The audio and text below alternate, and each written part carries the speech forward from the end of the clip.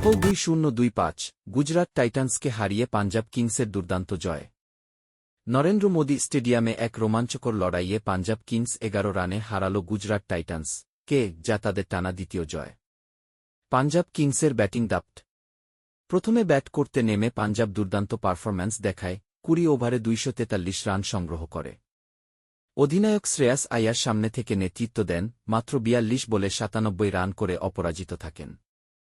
তার ইনিংসে ছিল মারকাটারি শটের ছড়াছড়ি। পাশাপাশি শশাঙ্ক সিংও বিধ্বংসী ব্যাটিং করেন, যা দলের স্কোর 240 এর উপরে নিয়ে যেতে সাহায্য করে। গুজরাটের সাহসী কিন্তু ব্যর্থ লড়াই।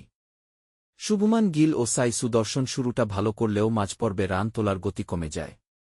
সুদর্শন 41 বলে 74 রান করেন, তবে তার ইনিংস দলকে জেতানোর জন্য যথেষ্ট ছিল না।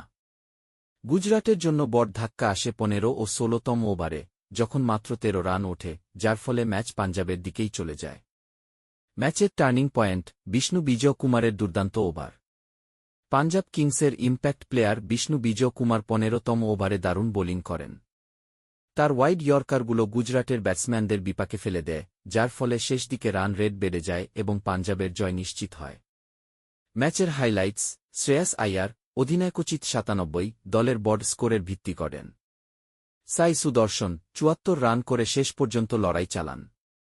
বিষ্ণু বিজয় কুমার 15তম ওভারে মাত্র 5 রান দিয়ে ম্যাচের মোড় ঘুরিয়ে দেন। এই ম্যাচ আবারও প্রমাণ করল, ইপুর মানেই টানটান উত্তেজনা, চমক আর শেষ মুহূর্ত পর্যন্ত লড়াই। আপনার মতামত জানাতে ভুলবেন না।